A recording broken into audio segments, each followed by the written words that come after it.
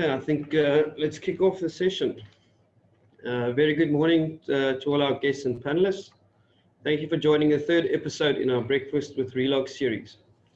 In today's session, we will be looking at the e-commerce landscape, which has seen massive growth of late, not only in South Africa, but globally. The COVID-19 pandemic has been a significant catalyst thereof in the past few months. But even before this, we have seen substantial gains in the sector of the market. Our panelists have vast experience in this field and will most certainly provide us with much needed insight into the digital commerce sector. We have allocated roughly 20 minutes to each speaker. Once the respective presentations are done, we will field as many questions that were posted during the presentations. Feel free to post as many questions as you'd like. Should we not get through all the questions, we will post it on our website with a curated answer. You're also welcome to contact Gary Bennett for any further engagement on any of your questions. We'd also like to encourage you to please complete the survey at the end of the webinar. The survey should pop up automatically once the webinar is ended. This ensures that we can bring relevant topics to the table in our next sessions, as well as how we can improve your experience. Enough with the formalities, let's head straight into the presentations. First off, I'd like to welcome our first speaker and CEO of Relog, Gary Bennett. Gary has over 30 years consulting experience in creating and building supply chain distribution infrastructure. He has played a major role in introducing new systems and technology players into the local South African landscape and continues to assist in the development of their products so that they can best support their customers. Gary will provide a high-level introduction to digital commerce. Good morning, Gary, and welcome. Morning, Anton. Morning, everyone. Welcome to our Breakfast with Relog. I hope you've got your croissant, your coffee, your pancakes, and you're sitting relaxed and still in your pajamas at home, enjoying our session. E-commerce is an interesting terminology and covers a broad span of ideas. I'm going to try touch on topics and give you a bit of a whetting of your appetite. Hopefully you'll come back to Relog for more in-depth consulting. But besides that, we've got some exciting speakers, Justin Drennan, and his presentation is no longer a launch of an e-commerce platform, but he's going to talk about how e-commerce is changing. That's how fast things change. And we've got Eero Heinonen from Helsinki, and he's going to be talking about some of the experiences that he's had working in the e-commerce and postal space, which is, and with the largest e-commerce retailer in the world who can't be mentioned. Okay. If I move into the next slide, if we talk about the genesis of retail, in the old days, we lived as farmers, hunter-gatherers, subsistence living, and eventually we started to trade and sell our items on markets, and eventually small stores popped up, and it was an over-the-counter service, and someone served you, and then self-service came about, and you walked into supermarkets, which had a broader base. And eventually we moved to this online ordering format, which we call e-commerce. As we move from one format or route to market, the other doesn't die. It still exists, in some cases adapts and becomes aligned to the latest tech. So today it's very fashionable to go to a market. People are moving back to trying to get food as close to the grower as possible. And if you go to the markets have become from being served to self-service. And you'll see that the payment terms at markets are now all SnapScan or M-Pesa using technology. So there is this whole convergence of technologies and ideas. If we look at e-commerce in itself, it has multiple routes to the customer.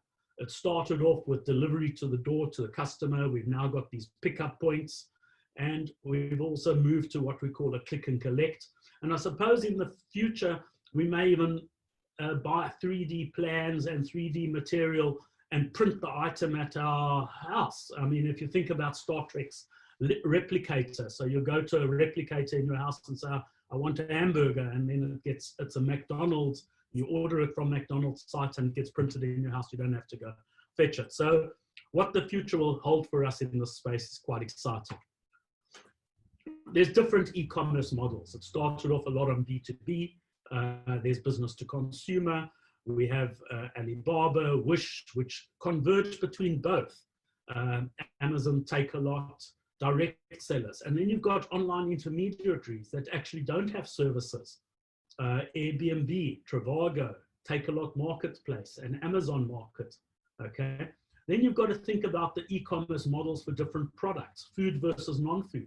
Obviously, you've got to think about the response time versus freshness, and how can I get a hot meal delivered to me from a restaurant as fast as possible, or from a supermarket to get my food as fresh as possible. So that's going to influence the location of your e-commerce platform and e-commerce store. Then you have this whole decision on, do you have dark stores versus pick-in store? And a lot of it is around location to the customer, around about the freshness, and around the economies of scale. It's no use setting up a dark store in every location so you can be close to customers if you don't have the volume in the market to make it justifiable. And do the B2B platforms converge on the B2C and eliminate the middleman? And what, in essence, is going to be omni-channel in the future? So it's a really dynamic, changing place for everything. Why the shift to e-commerce? I think the whole tech environment, the internet, facilitated that we could move to an e-commerce platform. Amazon sold their first book in 1994. And in fact, the initial Amazon model, was a failure. That was Siri trying to butt in. But they thought that they could set up a virtual web page with books and titles and not stock any books. It was a virtual marketplace, and they would just order it from the suppliers. And then with the launch of the latest Harry Potter book, they had made promises to deliver, but they didn't have stock. So very soon, Amazon realized they had to be in fulfillment.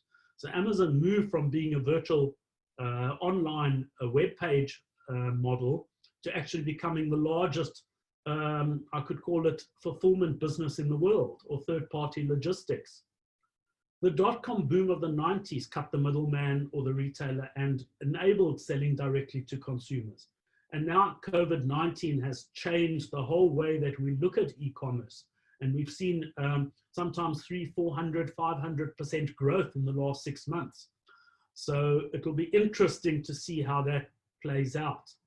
But digital has become the shop front of retail. Today, before you buy anything, you research it online. You go look at the product. You go do a lot more research before you go touch and feel in a store or before you order it.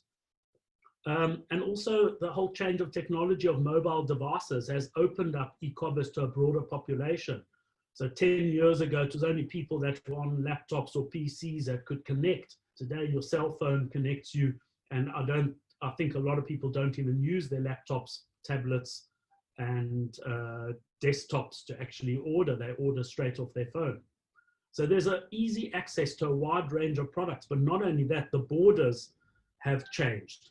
And as we move forward with AI, IoT, the horizon for new offerings and expectations with customers will change dramatically. So what makes e-commerce successful? It's the ease of transaction, the fulfillment, the customer service, the customer relationship, the loyalty, and I suppose with COVID-19, the safety, not going to a store, not being exposed. And artificial intelligence will provide greater insights to the retailers and the customers' buying patterns, so that you can actually mold what you're selling to actually suit what the customer expectation is. And that's going to change what we do going forward. What can we expect? There's going to be a big drive for sellers to utilize any channel to sell their product, and that's the essence of omni-channel. So there's a whole convergence where you're running across multiple channels. The consumer behavior changes. So our immediate satisfaction calls for much reduced delivery time to consumer. The rapid growth in e-commerce means that there's a growth in change in infrastructure, and is this sustainable? And how do we build this infrastructure, and what is the infrastructure needed? So you've got to be flexible and be able to adapt to new technologies as your market grows. Grocery sales remain the biggest consumer attraction, especially with COVID. And you've seen Amazon now owns Whole Foods, which is a bricks and mortar, and broadens their customer base. But there's this convergence of e-commerce and bricks and mortar. Yuppie Chefs has started to open customer stores to increase the customer experience and touch and feel before you buy. So it's an interesting market of where we're going. The COVID obviously accelerated things. Will this curve flatten? Will it drop back to where it was expected to be? Or will it continue to grow on the same curve? We don't know. As we're going to see in the next couple of months. Your infrastructure is getting out of capacity with a sharp growth. So do we grow the infrastructure? Do we decentralize? Do we outsource? Or do we use the existing infrastructure in a different way? And so what's going to be sustainable going forward, and on what trajectory will we be? Will we be sharing platforms between opposition? And where will our competitive edge lie in this space? What changes will we see in the supply chain infrastructure? The major difference between conventional DC and e-commerce is about singles picking less lines per order and more orders. A lot of people have used their bricks and mortar stores to use to pick, and they aggregate from their supply chain. They increase their turnover per square meter. They reduce the distance to the customer, but they duplicate and reduce economies of scale, and they interfere with the customer shopping. So where do you find that balance? And do we have enough scale and flexibility with automation to move into automation? In essence, the major essence of retail is availability.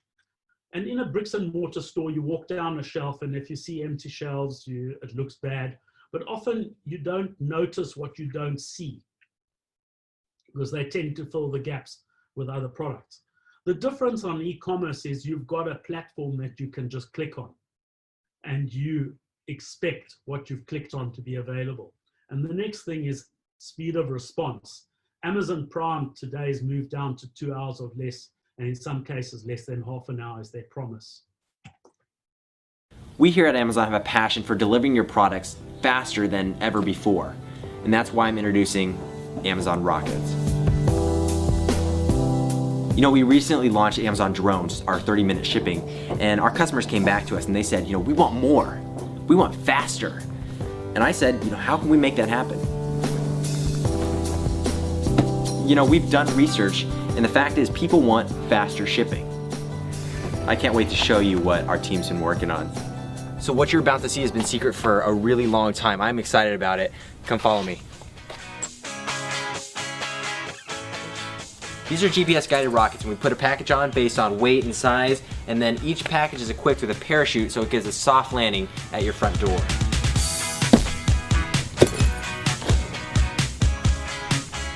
I mean, I'm gonna level with you. We're gonna be burning a heck of a lot of rocket fuel. This is not environment friendly at all, but the customer comes first, like I've always said.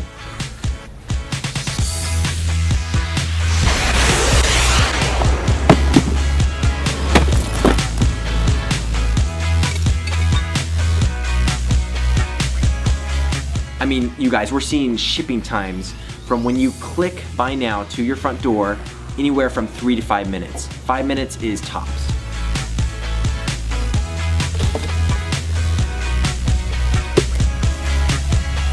I'm not saying the system is perfect or doesn't have its kinks, because it does, trust me. But I'm not focusing on the problems or the setbacks. I'm focusing on the future and to our customers. And I know our customers want faster shipping. All I'm saying is heads up, because here at Amazon, the sky's the limit. So I think it's a little bit tongue-in-cheek, but you can see where the expectation is. It all starts with the customer. If you walk into a supermarket, you find stocks fully stocked, and you pick the item, pay for it, and you think it's simple. But how did the shop get stocked, and what was the process? In e-commerce, you click and you collect, and a box lands on your doorstep. Okay, and it sets off a whole complex process of people and robots finding, picking, tracking, shipping. And that's got to happen now in less than 5 minutes. So it's quite a complex process that's challenged on our supply chain. What does the customer want? They want availability. They want continuous on-time replenishment and on-time in full. And that's why we're moving towards that replicator box from the Star Trek movies, okay? They want a customer-orientated range. They want store-specific ranging online, targeted to them through AI. And they want low prices, so there needs to be lean logistics. We've got to look at the consumer, the lifestyle, the urbanization, the age, mobility. I mean, for example, what had changed in Amazon? They started distributing books from home in a garage. In 2019, they've got 250 plus fulfillment centers because they realize they have to be close to the customer and they've got to build this. So your e-commerce infrastructure is starting to look very different to what a conventional distribution center is. You're picking mostly singles, you've got lots of customers, you've got a wide range of SKUs, and the average order on SKUs is between 1 and 2 SKUs per order. Sometimes you push it up because you offer discounts in shipping. So there's a lot of technology that's coming in, goods to person systems, high zone picking areas to increase the pick rates, and a lot of other tech, voice, glasses, RF, pick by light, and a convergence where you're using all three together. So there's this hybrid. So you're using voice and technology together with pick by vision to get accuracy and speed. And then you've got other technology like Amazon uses their Kiva or the pick to shelf and put walls. So it's going to be very exciting to see what's being developed. There's a lot of shuttles, automation, AGVs coming out right now that help facilitate faster and more accurate trends in the supply chain. And ending over there, it really gives you a taste of what's to come. It's a very, very exciting space. It's going to be a space that we're all part of and a space that we watch.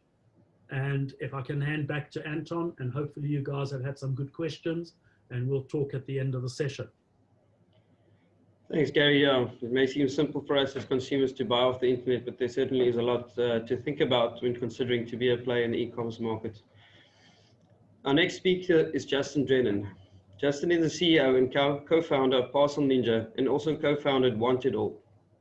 Investments in Superbalist.com, assisting macro.co.za with their e-commerce implementation and consulting with most of the top 10 e-commerce sites in South Africa means that Justin has vast experience in e-commerce implementations and understands what makes for a successful e-commerce business in South Africa. Justin will tell us a bit more about what it takes to set up an e-commerce business. Morning, Justin, over to you. How's it, Anton? Can everyone hear me and is everything cool, hey? Yeah, perfect. Good. Okay, lovely. So we're gonna just change things up a little bit, and I'm going to talk to you guys about what we're seeing as a bigger global trend in e-commerce, how that affects South Africa, and just give you some insights to what we've seen over the last few years.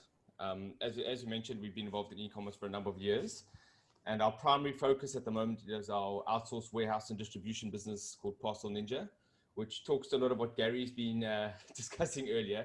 And Gary, we should actually just I should take you through that a little bit, and we could probably do something on that to show how we're doing the sort of specialized picking for about 100 different e-commerce sites in South Africa. But we'll get to that separately. So there's quite a lot of slides here. There's a lot of info. It's going to be quite quick, but let's get going. So what we're seeing from a global perspective is that e-commerce has shifted primarily from a manufacturing and distributions perspective inside a country to cross-border, with a hell of a lot of products coming out of China, obviously. And if you think that things aren't changing and that there isn't disruption happening in the market, I think you should go ask the DSTV guys how they're feeling right now, because they didn't see this sort of Netflix or these big multinationals or internationals coming into a certain market, and then they're not in your market until they arrive in your market. And sometimes they don't even set up offices inside your current country. Like Netflix probably doesn't even have offices or representatives in South Africa, yet they compete with DSTV and all other sort of TV and other channels here. At the same time, we've seen that Amazon obviously owns e-commerce in the US. So with roughly 50% of e-commerce sales, it's increased since then. And what's also interesting about Amazon, which people don't realize, is that Amazon has a giant marketplace where they sell products through their system. And when they report their sales, they only report their commission on those sales. So their revenue is actually understated on that, if you took it in the South African context. But at the same time, in South Africa, we probably have the same thing. It's like a take a lot, a bit of our macro loot, a 1 day only. And so we've seen the same thing develop abroad and in South Africa, which is important. So the trends are sort of aligning. So I guess like what's changed within South Africa over the last bit of time, or what's changed internationally, like what's the difference between what's old and new? Well, post-COVID, we've seen things change quite dramatically in that there's no weekends. So this is live data from one of our sites, one of the sites we own called Want It All. And if you have a look at the top there, previously in November, you see these little dips. Those dips have been existing in South Africa since we started our business in 2007. That's the weekend. And what we've seen since COVID is the weekends have disappeared, if you've noticed there. Just check out the number of users on our site. Like, don't worry that the number of visitors have gone from 20,000 to 60,000. But the point I'm saying is that people are now shopping online over weekends using their mobile devices, and weekends have sort of like evaporated. What that means is on a Monday, you either have to be really good at shipping to catch up all your weekend orders, or you need to run 7 days a week. Important part. At the same time, they talk about more and more guys coming online. This is our website, once again, that we own. If you have a look, from 500,000 to just short of 1.25 million a month, visitors come to our site. So things have actually increased. At the same time, look at November 2019 versus May, mobile up from 60 to 70%. Basically, e-commerce is mobile. There's a bit of desktop, but don't worry about that. It's basically now a mobile first sort of operation. And if you aren't building your e-commerce platforms or acknowledging that mobile is the place to be, then you've missed the mark. And at the same time, we've seen a big shift to on-demand. So if you have a look at these are like the top apps that are happening. Just look on the left-hand side, right-hand side. So there's iOS on the left versus Android on the right. Mr. D Food, Uber Eats, Checker 6060, Bottles, all of these sort of things that have come out of nowhere as top apps. On the right-hand side, it's interesting, you've got like a Debonair's Pizza number 12, which I think just talks to the Android user versus the iOS user. But the point is that these things didn't exist in the top 10. Now they're all over the show. And I mean, like the Checker 6060, they're probably doing 7,000 deliveries a day at the moment, from what we hear. So there is a sort of requirement for people to be doing this. And at the same time, just to comment on Checker 6060, I never used to shop at Checkers. I now do 80 to 90% of my shop at Checkers versus Woolworths. So the sort of, let's call it the high LSM individuals who value time are now putting time over the experience of a Woolworths, which is interesting. The experience is now comparable, if not better, from Checkers from a speed perspective. And if you just choosing the right food, you get what you want, which is quite cool. At the same time, what's end up happening if you're in e-commerce is Google shopping now dominates e-commerce. This is e-commerce where people discover anything. They either go directly to Takealot, or they go search for a product. In other words, same as in the US where search starts on Amazon, or in South Africa, it starts on Google. And when you start on Google, you type in the word buy handbag, almost 70% of Google search is paid for. And when you're searching for a product, they even show you the products, the information around the product, the pricing, and all the information there. That's what people are clicking on. 80% of the clicks are on those images, nothing else. So when people talk about search engine optimization for e-commerce, all that's going away. It's all paid now. So it's a giant billboard, basically, is what you're competing with. And the expectation from the customer are now higher. As you can see, like Karabo has I think Karabo has like 1 million followers on Twitter. So when you do something wrong, they're quite vocal about things, people on Twitter. And the Twitter fiends will take you to task when you don't deliver on time. And this comes back to what Gary was saying around, you got to be able to deliver on time and have the customer support and everything around it, which is important. So I think that's something. And one comment here is that your communication with customers is now fragmented. You have your call center, you have your email, you have your Twitter, you have Facebook, you have Instagram, you have Snapchat, you have TikTok. There's like 20 different ways for you to interact with your customers, and you didn't know how to unify that entire experience and bring it together. But at the same time, it's never been easy to sell online. Like, it's comparable to where it was 5 years ago. Almost every problem has been solved. When you start looking at what platform to use, well, that's done. Pick one of these. They all work. They all do roughly the same thing. There's very little differentiation from a system perspective, whether you're implementing a Hybris ATG 100 million rand system versus a Shopify fairly light solution. They have very, very similar offerings. Payments. Everyone was like, oh, payments are so difficult in South Africa. We don't know how to make payments. Done. Pick one. They all work. Ozo is a business in the bottom right that we invested in that does real-time EFT payments. But real-time EFT payments, credit card payments, it's all largely sorted out now, and customers are used to that. So that's done. Warehousing. Well, this is, I guess, a picture of our old warehouse. And I think the warehousing and fulfillment perspective is kind of done now as well with us. So if you're like an organization that wants to ship online, you go to us and we sort it out. At the same time, you say, oh, we need to pick up from store. We don't have the footprint. Well, Pargo's got that done already. These are pickup points available in South Africa already. This is the number. You can get that sorted out. Lockers, finished. Yeah, you go. UTI and all the other guys, DSV and the number of them, rolling out lockers. The guys at Courier Guy are rolling out their Pudo solution, which is lockers. So lockers are largely there as well. And at the same time, what's very interesting we've seen is the FMCG guys are suddenly getting in on the act. And they never cared about this. Well, not never cared about this, sorry. It wasn't a core focus for them in the past, but suddenly out of nowhere, we've seen the FMCG guys emerge as players in e-commerce. Previously, they weren't there. Now suddenly you go to Wonder Only, you can buy Dettol on a day. I mean, this was never done. People never bought Dettol online.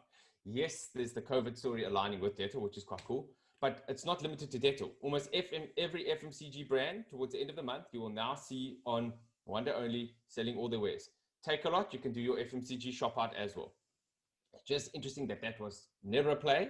Now it's here.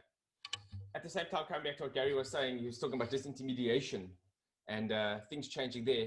Brands are now going direct.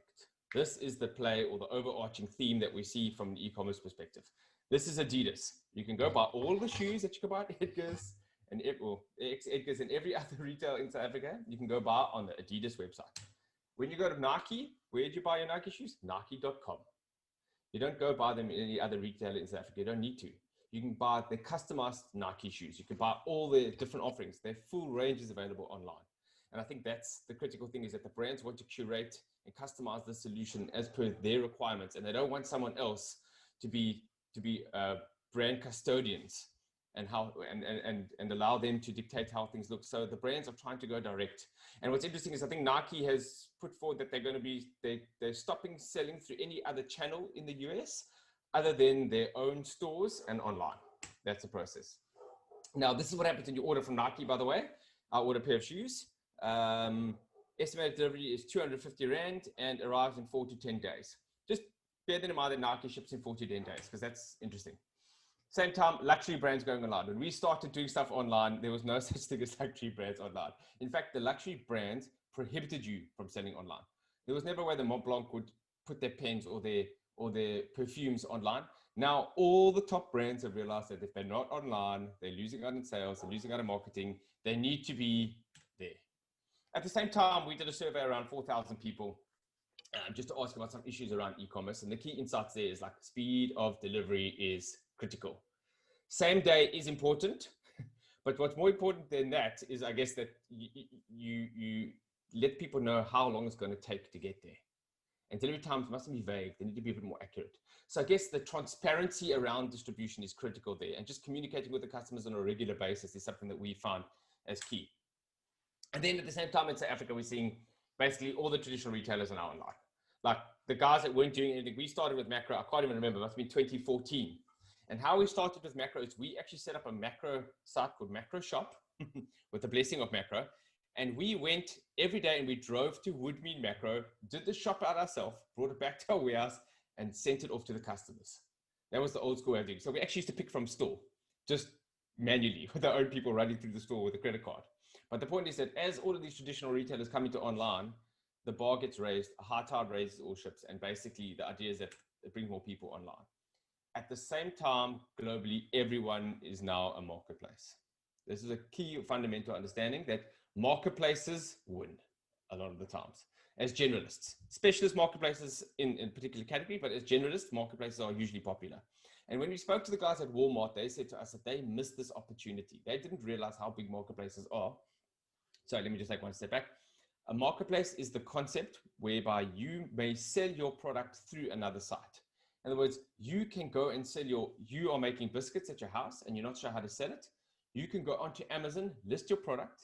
And when there's a sale, Amazon will either send you the instruction to deliver to the customer directly, i.e. drop shipping, or will tell you that you have to leave a certain number of biscuits at their warehouse so that they can fulfill them on your behalf.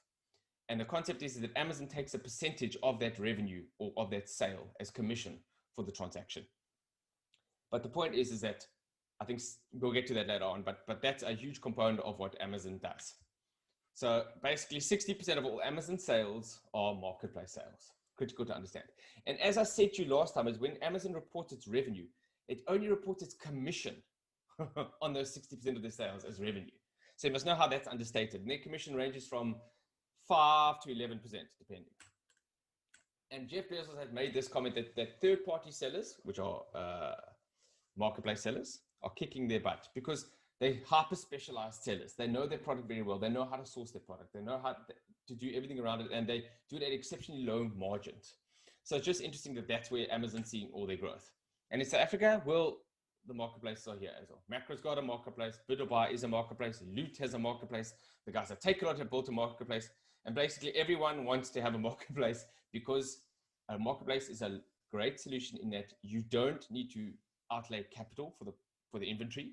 So it doesn't, on your balance sheet, you don't sit with like products which can expire or you can't sell. So you get rid of that problem. The seller pays you for using the space. They merchandise it for you. They source the products for you. And all you need to do is generate demand. So Take A Lot and all of these players, their job is only one thing, is really to generate demand and know how to ship stuff on time. And those are the key components to this. And the shipping stuff on time is incredibly difficult, but that's what they've got to get right.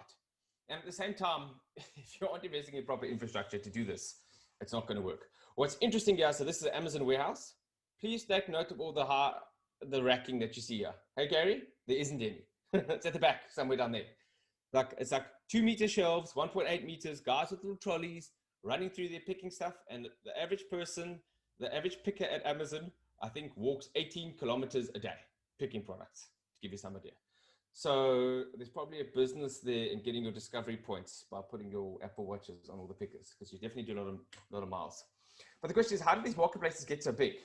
Well, 40% of all marketplace sellers are actually Chinese, which is interesting. So what the guys are doing is they're taking the products directly from China, shipping them to the Amazon warehouses around the world and selling directly on there. So the factories are going direct to Amazon actually. So there's a big trend towards that. And if you see it overseas, there are now big multi-billion-dollar businesses who are consolidating Amazon third-party sellers. They go and buy all these Amazon third-party sellers, put them together as one single entity and keep going. And at the same time, cross-border from China is just going to be massive. And we know that's the case. But from 1.5 trillion to 3.5 means that in 4 years, they look to just do basically two and a bit times the sales. That's material in such a large economy. And if you go to Alibaba and some of those conference calls they have there, they say that they want to be able to ship anywhere in the world within 3 days.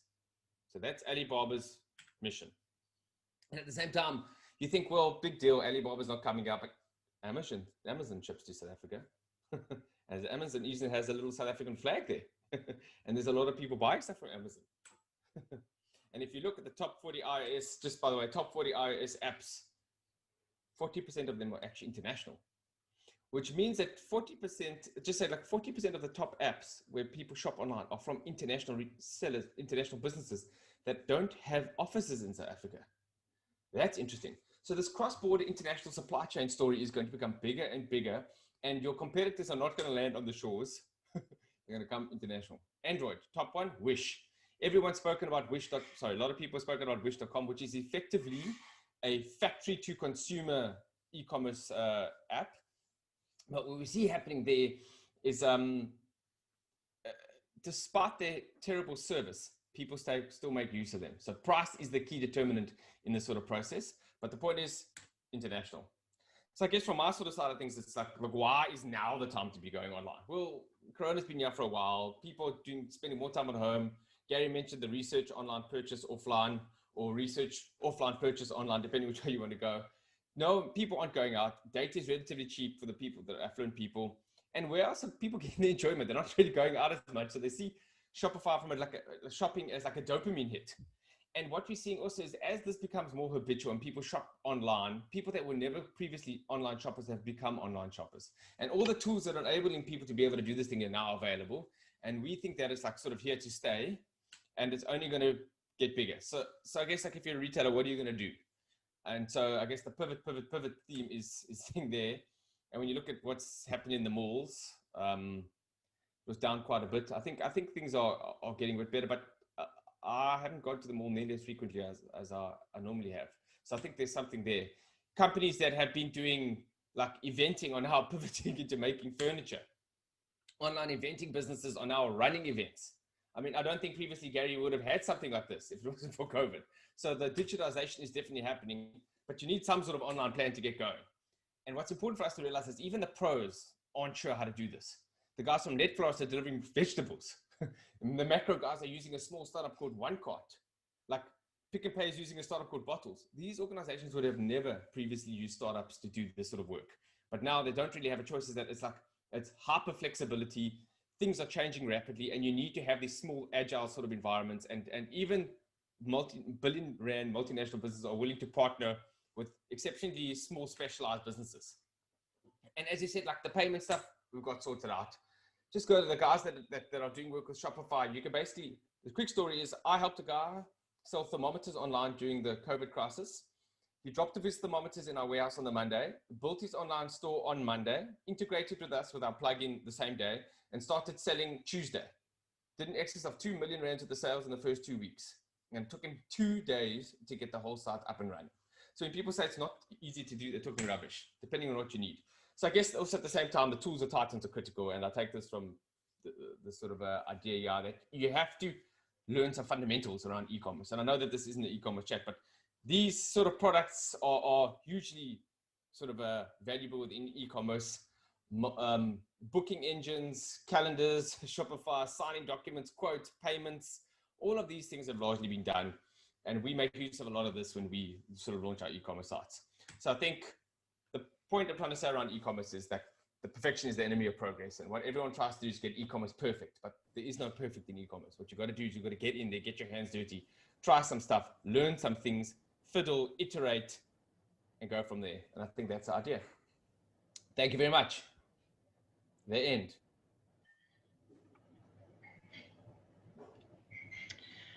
Thanks, Justin. Yeah, certainly very interesting to see how the landscape has changed, and it's certainly becoming a very competitive market for everyone to get into.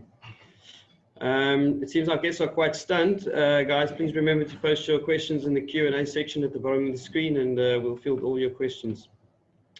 Our final speaker is Eero Heinonen. He's the Executive Vice President at K Hartwell. Eero also heads up the Postal and Logistics Business Unit at K Hartwell, which works with parcel and e-commerce companies globally to improve parcel operations. K Hartwell has customers in over 60 countries, and the company is working as a development partner within logistics for many of the leading brands globally, including Amazon, Royal Mail, DHL, Volkswagen, and Bosch. Eero will give us some insight into how load carriers have assisted the largest e-commerce company in the world, and future trends of e-commerce enabling robotics, AGVs, and IoT. Morning, Eero. You may share your screen. Good morning, and thank you for the possibility to be able to be at the conference. And let's see, I'll try to set this up so everybody sees. I hope you see the screen now. Yeah, everything's perfect. Thanks, Eero. Very good, very good. So thank you from my side as well. I thought I had a lot of topics and a lot of things to cover in my 20 minutes, but then I saw Justin's and I think I'm still okay.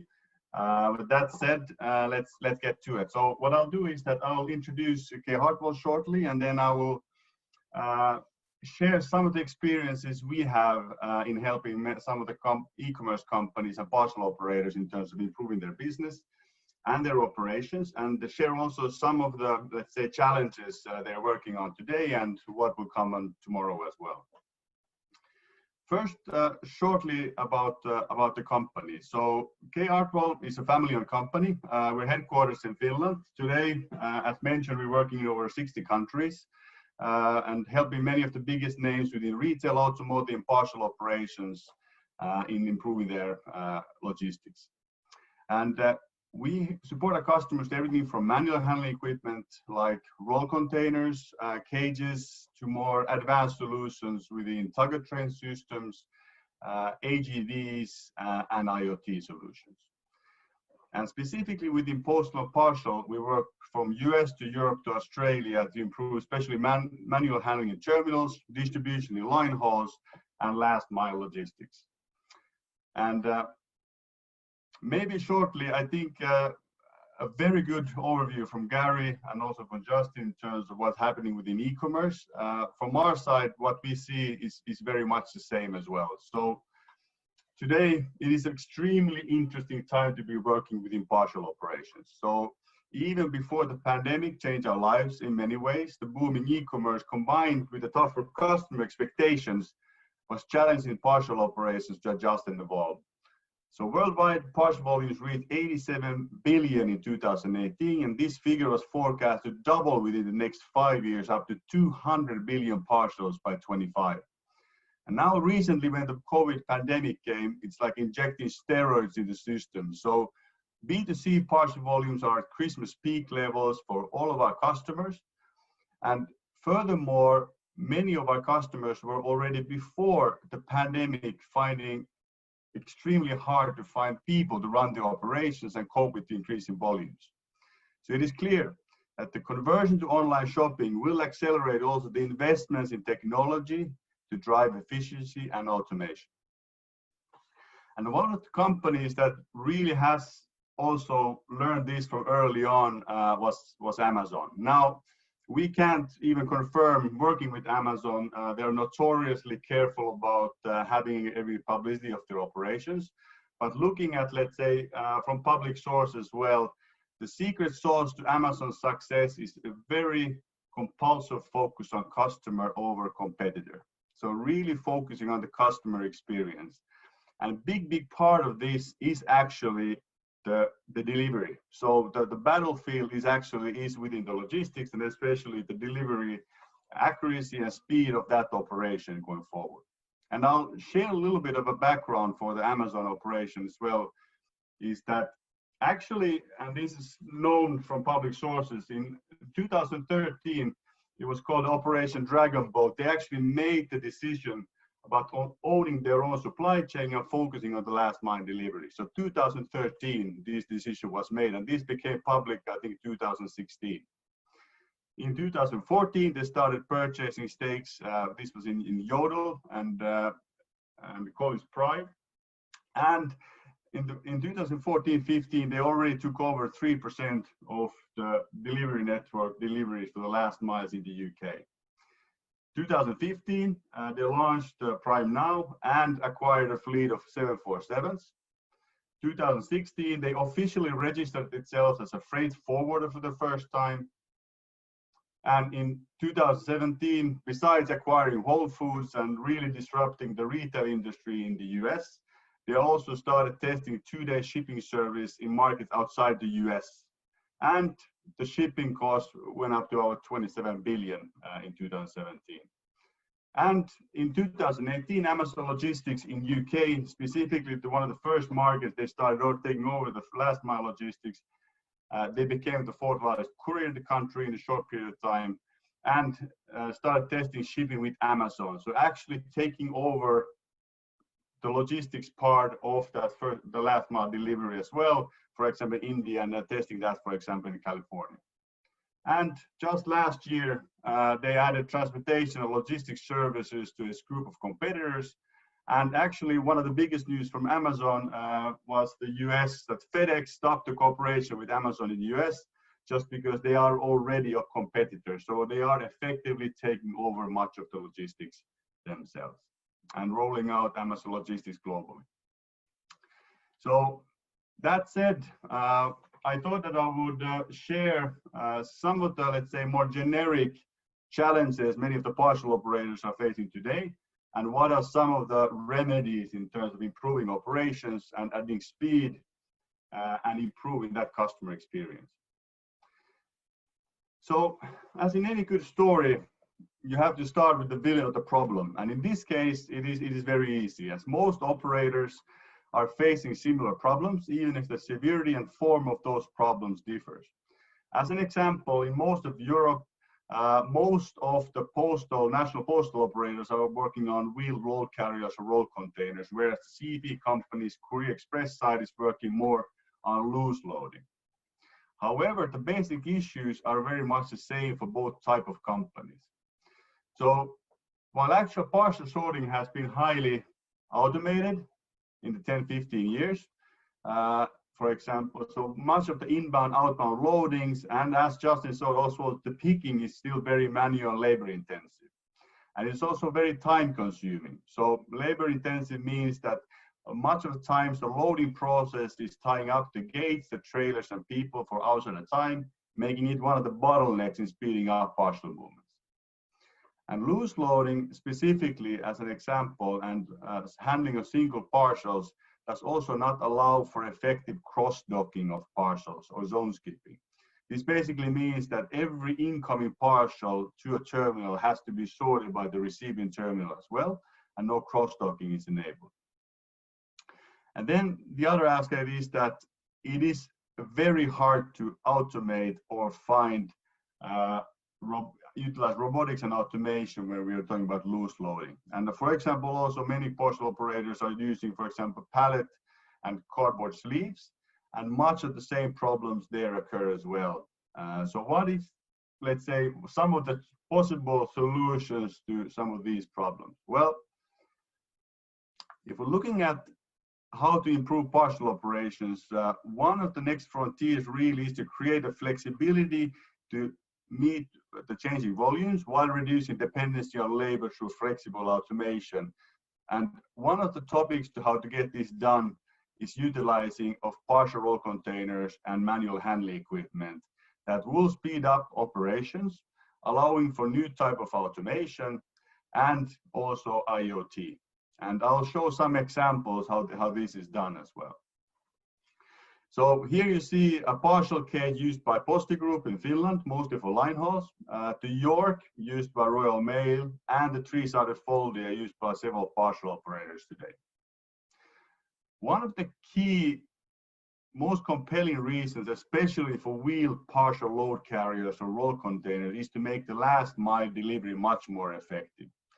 When loading, you can simultaneously sort to several roll containers or destinations at a time, and moving the dispatch can be done manually or with AGVs in the future. In delivering, and this is the last mile part, which is the most expensive part of the journey, one person can easily move up to 30 to 60 parcels without any fixed infrastructure. This makes wheeled partial roll containers a very effective solution for everything from parcel lockers, business customers, and for example, residential areas. I love this quote from one of our customers just recently moved into partial roll containers and said that the ideal scenario is that if every parcel is touched only 2 times, from sorting to roll container and from roll container put directly into a partial locker by the delivery courier. This makes a lot of the last mile logistics much more effective. Then when looking at line hauls, so between sorting centers, load carriers, which could be cages or depending on customer applications, there are a lot of varieties. They will protect parcels, increase the truck utilization, the cubic fill, and you do not end up transporting more air than needed. And besides that, they will also speed up the operation. So loading and unloading of trucks will go down to 20 minutes instead of the 2-3 hours used by loose loading. And they will also enable a more automatic operation, as many of the operators are using today automatic tippers, for example, for the incoming parcel side. And good to remember that partial cages and roll containers are, if designed right, they can be pre-sorted, and so that receiving a terminal can in many cases save both time and sorting capacity. And of course, this is not possible with floor load. And when looking at how this looks like in a terminal network, so here's as an example. So here below, you actually see the traditional floor or loose loading operation, as many operators are doing today. But when looking at using, for example, load carriers to speed up parcel network operation, what we enable is zone skipping. So, for example, the incoming parcels, if they are sorted directly to the end destinations, we can actually bypass the sorting and actually increase both capacity and speed in many operations. The other aspect is that with load carriers, we can really speed up the operation and gate utilization. We can go up down to 20 minutes instead of 2-3 hours. So depending on how fast the unloading is done, this is one way of really speeding up the operations. We can do prioritization and segmenting the partials into the high priority, so make sure the specific section of the partials from a shipment are sorted first and delivered, and make sure those are going out as a priority partial shipment.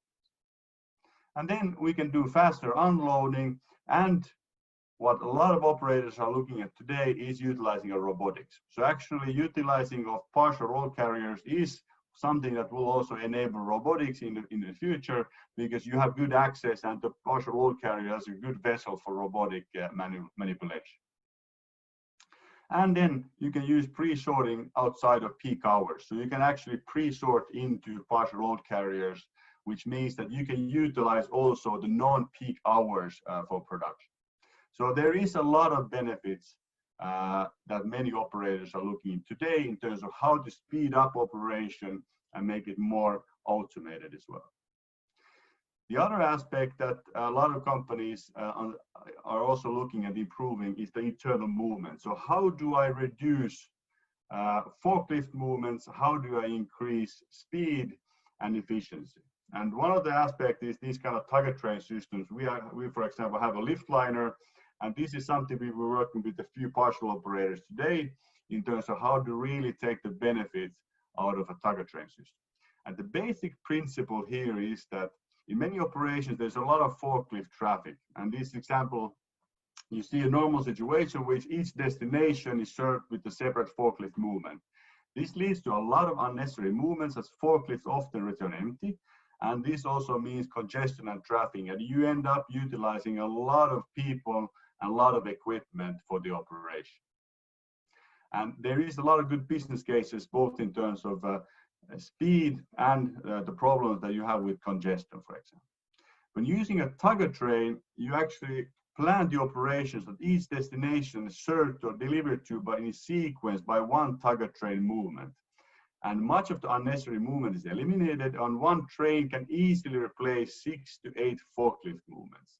This will reduce the need for forklift equipment and save both cost and health and safety risks. One example is of this, for example, I won't go too much in detail, is that we just implemented one of these train systems within Posti Group, specifically for non-sortable partials movement for long distances, very effective in this instance. And partial load carriers, the other aspect that many operators are looking at today is how to make it future-proof. So we have a lot of business cases already with implementing of AGVs. So without fixed infrastructure, load carriers can enable utilization of AGVs, both for empty carriers, but also loaded with parcels. And then one of the key future impacts in the supply chain transparency when utilizing load carriers is the capabilities within data collection IoT. So going from load carriers to smart load carriers. So firstly, we can apply a technology which we identify and locate the partial roll container. Then we gather that data, and we understand we can do it with mobile phones outside the terminal, with Wi-Fi networks, for example, inside the building. And then when you actually have that data, the actual value is then created by turning that data into real business intelligence that will improve operations. So reducing manual handling, using alerts to reduce picking mistakes, make your fleet move faster, help optimize route planning. So a lot of these things is something that many of the operators are looking at today already.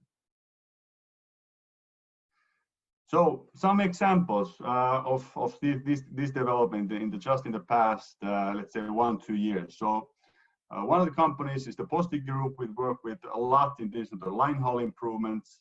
PostNord, which is one of the biggest operators in Europe, will just develop a new partial roll container that actually has the possibility of see-through panels and automatic tipping. Royal Mail just implemented with their new, more automated partial sorting, also a new partial roll container called the Mark IV. Swiss Post in line hauls is using, for the same reasons, these kind of L-frame roll containers equipment to really speed up their operations. And even if we're not allowed, or let's say allowed to tell too much about it, we were really extremely happy to see also Amazon making noise about their implementation of partial roll containers for the ATS, so Amazon Transportation Services. This is one of those marketing campaigns they're doing also internally to really get the buy-in from the operations for their carriers. So this is specifically to replace both loose loading and pallets and cardboard sleeves in the future. So when combining all of this, what will the, let's say, more automated and flexible partial operation look like in the future? Well, most operations will still look very different as the speed and investments and operation environment and legacy is very different. But some general factors will surely apply. So partial roll carriers will more and more speed up the loading and unloading, reduce product damages, and allow for more automated processes. We will see more wheel logistics and roll containers as a foundation for the last mile. So specifically enabling that last mile, which is the most costly part of the logistics, to be done with wheel carriers.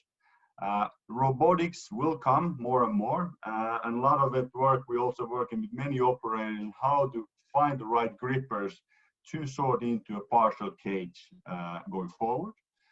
And then AGVs will replace a lot of the stupid movements inside the terminals. And then we'll see more and more tugger train systems, reducing forklift traffic, improving internal logistics in the future as well. And a lot of this will be steered by using IoT solutions for supply chain transparency, improving quality, and then also in terms of improving customer communication in knowing what the logistics, how that works and where the partial movements are. So that said, that was my piece. I hope you enjoyed the presentation, and I look forward to your questions.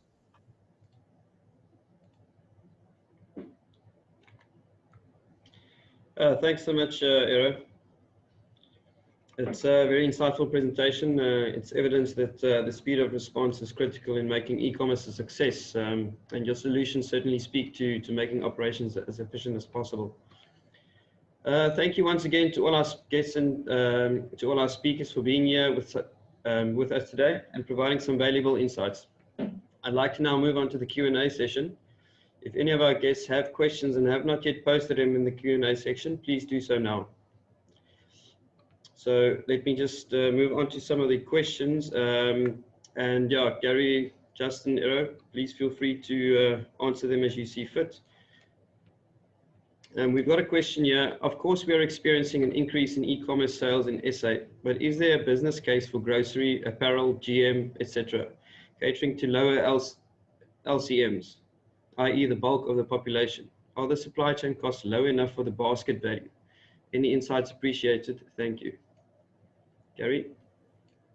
I think I can actually jump in here with a bit of qualification. We're working with an e-commerce retailer in Kenya that is called Trigger Foods that has developed a B2B platform to supply about 95% of the market, which is all informal sector, using e-commerce platforms and e-commerce in a B2B basis that facilitates that the market guys on the floor in those little informal structures are getting adequate supply, fast supply at a low cost to improve their market. And all their payments are done electronically on M-Pesa. All their ordering is done electronically and tracked through geolocation to the address, because there's no street addresses.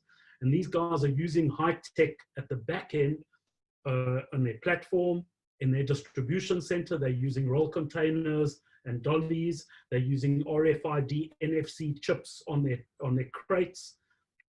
So they're actually showing a convergence of high technology into a low side of the economy, which is almost ignored in South Africa and in a lot of the third world countries, which is a major opportunity. And if we look at Africa, probably the whole of Africa being the biggest continent in the world and population-wise accelerating to close to the same numbers that we're seeing in India and China, the opportunity is absolutely immense. So there is an opportunity to develop solutions for the lower LCMs and think differently. You you can't apply the models for Amazon and the models for different retailers around the world in that scenario. But if you think out of the box the way Trigger Foods have done, and you apply your mind to it, there's massive opportunity in South Africa and into Africa. Okay, I just want to add on there, what we're doing is we're doing about 1,500 deliveries a day into the informal settlements, to give you some idea, or in the FMCG category. So if we can deliver FMCG cost effectively, I'm pretty sure there's a bigger opportunity in the clothing side of things. Interesting, thanks. Another question here for Era. Are there any work being done internationally to find an alternative to cardboard packaging? Well, yes. Let's put it like this, that especially for depends on what you need internationally. If you talk about cross-border, then of course, when utilizing these kind of returnable assets, then the asset utilization, the loop time start playing a role in terms of what is the return on investment for those calculations. So for example, in Europe, the cross-border, basically, it could be a 2-hour ride, and then returnable assets is not a problem in many operations. But if we're really talking about cross-border with longer distances, then the challenge becomes partly finding a cost-effective solution. But there are some good business cases, and let's say, for example, DHL Trend Radar just came out, and one of their biggest new topics is specifically packaging. So how to make packaging, let's say, one of the next, let's say, ways of improving both costs and, let's say, improving sustainability as an example. Okay, great. Thanks, Floris, for that question. We've got another one here. Hi, Justin. Would you recommend an e-commerce site like Shopify for smaller companies or startups? Is it beneficial off the bat, or rather better to wait a bit until the product gains a bit of traction? Thanks. I think that that phase is largely ended. And if you looked at Shopify like a year or two ago, things have changed radically since then. Shopify's got about just shy of 1 million stores on their platform, and they do like $1.5 billion in a day with the transactions. So they can handle the scale and the size. If there's certain levels of customization, there might be a Shopify Plus implementation needed. But we find that the Shopify App Store ecosystem is fairly rich, and that it caters for probably 90 to 95% of most requirements. It's really about what other back-end integrations you need from Shopify into existing ERPs or anything around that. And if you don't need that, Shopify is quite solid as a standalone system to be able to manage the volumes. We're seeing it working quite well. Okay, great. Thanks for that. We've got another one here. I've heard that some shopping malls are developing consolidation centers inside the mall for their tenants to use for the collection points of their online deliveries. What is the latest on this? Yeah, Gary, maybe you want to try this? I know that, for instance, some of the major retailers have now started to re-engineer their stores to collection points. Woolworths are setting up collection points on most of their stores, and whether that gets converged to be a collection point for the full shopping center is an offer that's going to be coming in the future. We know that most of the retailers in the shopping centers are starting to look at an omni-channel as to multiple routes to their customer. Customers can order online, have it picked for them, packaged, and then collect it without getting out of their cars. I think there's a major move with COVID-19 that people are still nervous at a different age groups, different comorbidities, to actually be exposed and to go into shopping centers. So that has changed shopping habits and shopping tendencies. And we have to adapt as we go forward. What we can see even with Era's presentation is historically as supply chain consultants, we looked at a lot of the automation around picking and around the process in the picking, but there's a lot of automation and a lot of process and efficiency in the delivery and the outbound networks. And we recently did some work for one of the companies that have opened up a parcel service called Paxi, and we looked at a similar solution with rolltainers there, even though their initial consideration was sortation. And it shows that one has to think out of the box, and as we move forward into this new space, there's going to be new solutions and new ways of putting things together to come up with the way we approach things. So the conventional DC layouts, the conventional approach to developing infrastructure is going to be very different. And I think what's going to be happening in shopping centers as well will be very different. Yeah, just on that, I've spoken to a few guys around that because our technology stack allows for people to actually optimize courier from a single source. So I think the challenge is from a courier is that how do you go collect parcels from, let's just say, Sandton City or the waterfront or these major shopping malls, is you can't go and collect parcels from all the various stores.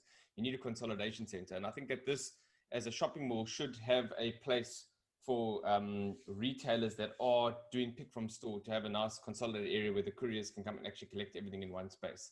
And as Gary's saying, there's also pickup points, which is a different solution, but we are hearing that there's space being reconfigured for this sort of consolidation position. Thanks, Gary. Thanks, Justin.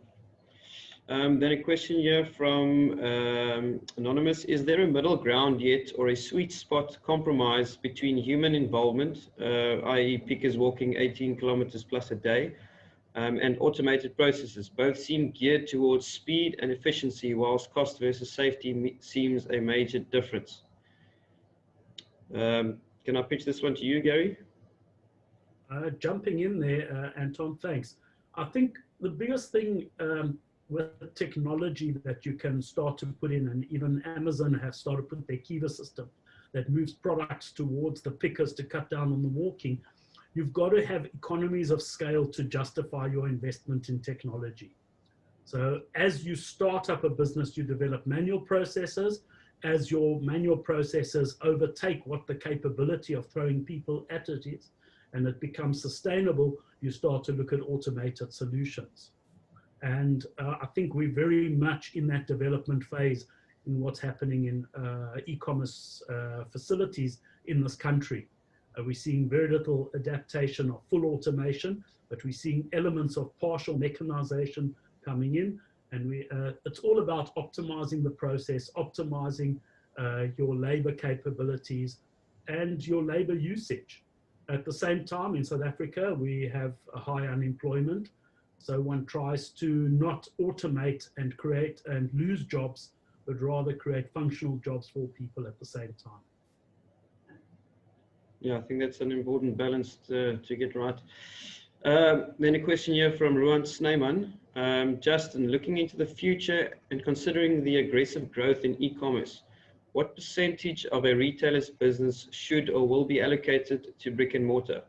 Does this percentage apply to all type of retailers, i.e. LSM level? I think that it largely depends on the category. So if you look at like e-commerce penetration, it's not like a blanket statement on a percentage wise. It's heavily geared towards the category. In other words, if you were selling books and CDs 10 years ago, well, you've got a problem today if you haven't migrated online. But if you're dealing in physical bricks and cement, probably a different story. So I think the commodity type is highly relevant in that component there. But at the same time, I think we can look to just these like global trends that we see and just add 10 years on to where we are in South Africa when it comes to these sort of things. So I think it's the category, and as a percentage, I think it varies. I think we've seen like varying levels from the US, from like 15% to the UK is 30%, I think, online sales, but it's largely based on the category. E-commerce is still not the predominant method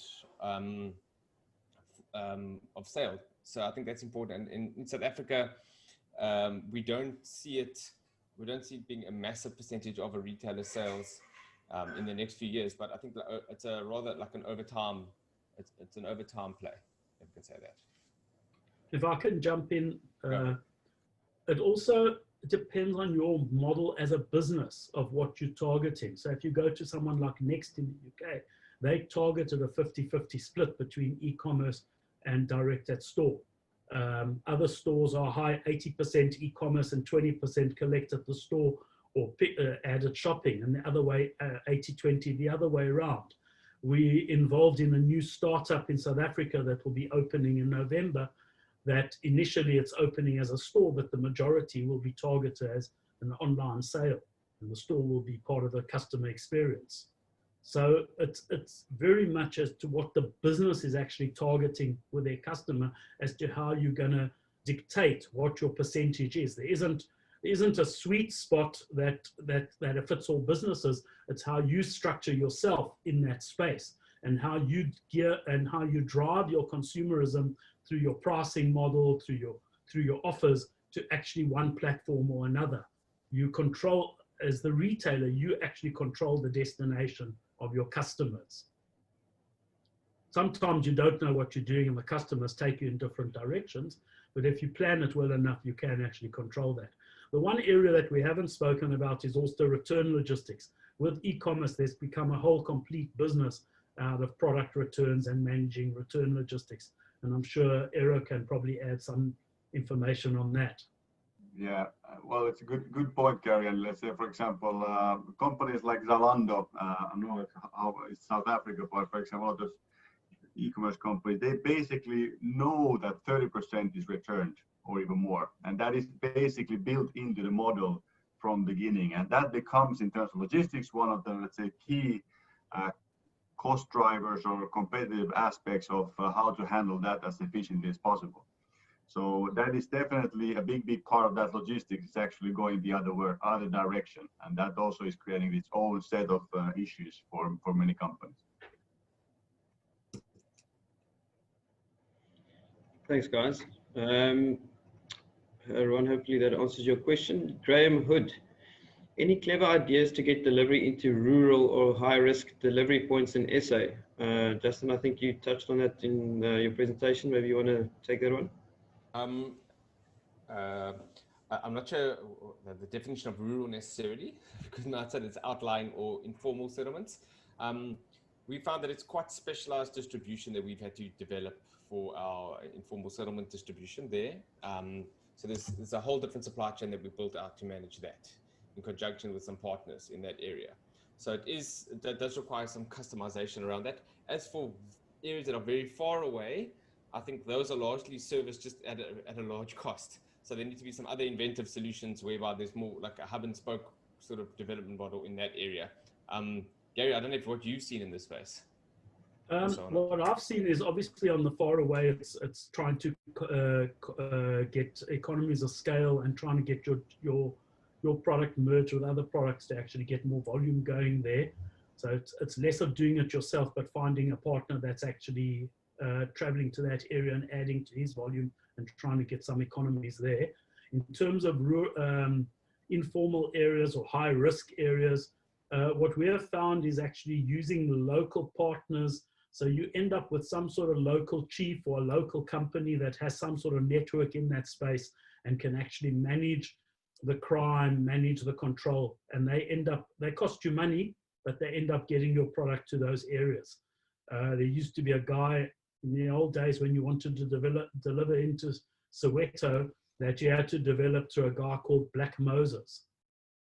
And he was black, but he had a way of controlling what went in, didn't get stolen, and he had a network, and it's a bit of the mafia, I suppose. But you have to work within those constraints. This is a challenge.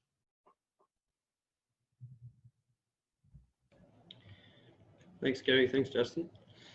Then a question here from Beverly Pali. Apologies if I got that name wrong. Having mentioned returnable assets, where are the IoT trends with regards to asset tracking and asset risk management? Eero, maybe you can start with that. Very good question. And actually, we're looking at returnable assets and asset management or asset tracking. Actually, one aspect which is a must-have on that side is actually the fleet management. So understanding where your fleet is. Usually in the Christmas peak times, many of our customers, the fleet will be hoarded by some of the delivery centers or sorting centers. So understanding that movement is optimized to the extent possible. But in the future, these kind of returnable assets will also, when combined with the information of what package is carried by that asset, you suddenly have information of those goods movements. So in terms of moving into automatic receipt of goods in terms of when something comes in because it's tied to that specific asset.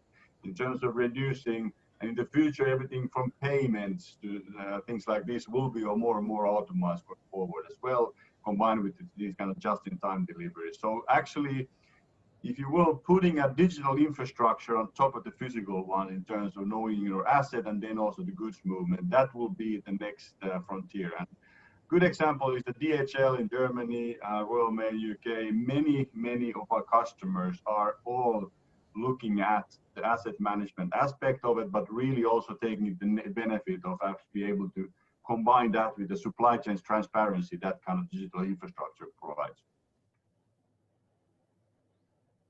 Great.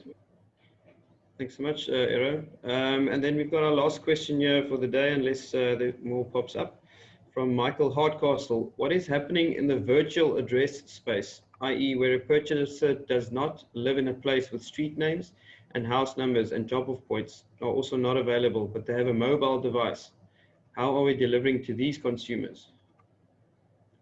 Gary, I don't know if you've got any insights in this, or no, if I can jump in, that's exactly the issue that we had in Kenya with Trigger Foods, and they resolved that problem by doing geolocation and then doing a final link up with NFC on the other guy's cell phone, and they deliver to about 6,000 or 8,000 customers daily on this basis without any street address, purely using geolocation.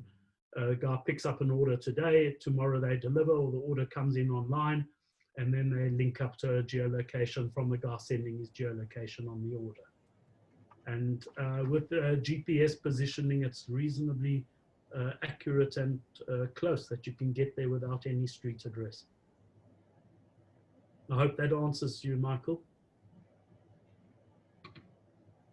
excellent. Then we've got two questions popping up here. Getting your center of market correct is important when deciding where to build distribution facilities / dark stores. What are the key points to consider? Gary, I'll hand this one to you. That's actually a difficult question because your center of market is actually a bit of a gray area. We've done with distribution centers.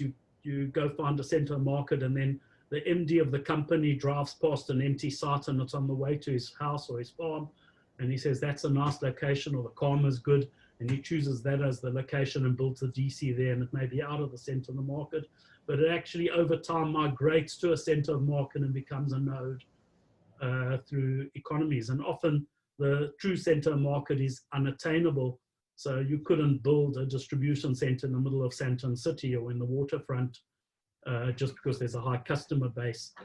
So one has to look at what's practical on a number of levels: transport, availability of labor, what the road networks are, what's the traffic patterns, and that dictates where you're going to put your facility. Then you've got to look at what your customer base is and what your speed to market, what type of transport you're going to be using and what your customer's expecting. So what the true center market is going to be, can I call it, slanted towards maybe putting something in the opposite end of where you would expect it to be, because you want to be driving at opposite times to peak traffic. So while people are coming into Cape Town in the morning and there's this massive congestion coming in, you don't want to be delivering in that same direction. But if you could be delivering in the opposite direction, or delivering in the afternoons into Cape Town where there's this massive exodus out of Cape Town, so you're going in the opposite direction, that gives you efficiency. So you've got to think on multiple planes where you're going to set up your facilities. And it may be also a factor of where the MD wants it and where you've got an existing infrastructure and you compromise because of that. But an interesting question. Thanks. Great, thanks. So yeah, that seems to, I think we're running close to end of time. Thanks. We ran through all our questions. I don't know if there's any closing remarks from Gary, Eero. There was a question, Anton, from Abby, which I answered. Has the change of bricks and mortar e-commerce affect job creation in developing countries? I think with any new technology and with any change in technology, there's a change in job function. So you're going to have a loss of conventional jobs, maybe in retail stores and so on, but a pickup of new jobs working in e-commerce fulfillment centers. And so there's people working in delivery networks and in transport and in courier. So there's going to be a change in job function.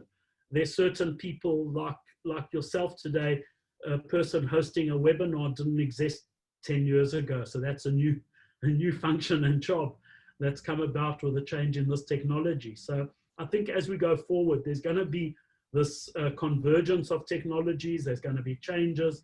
And as long as we are adaptable, there will be people losing jobs, but new people gaining jobs. Right, Justin, Era, any closing remarks before we end this webinar? Well, from my side, I think this is, if nothing else, the only thing that is certain is change. So, and it will happen faster and faster. So I think for all of us in the professionals in the industry, from e-commerce platforms to actually handling of the logistics, it's not going to get boring. So I think we're in the right industry at least. Sarah, Okay. from our side, very similar in that there's lots changed in the last 6 months. We've seen massive growth, and what we also see is the challenge is that a lot of the capabilities infrastructure is geared for a completely different supply chain, and I think that people have to understand there's investment required to retrofit what you have to be able to do this new specialized sort of solution, and it's sometimes a challenge for the individuals in the organization to understand to get their heads around it. But I think like with the likes of Era and Gary, yeah, I think it makes life a lot easier.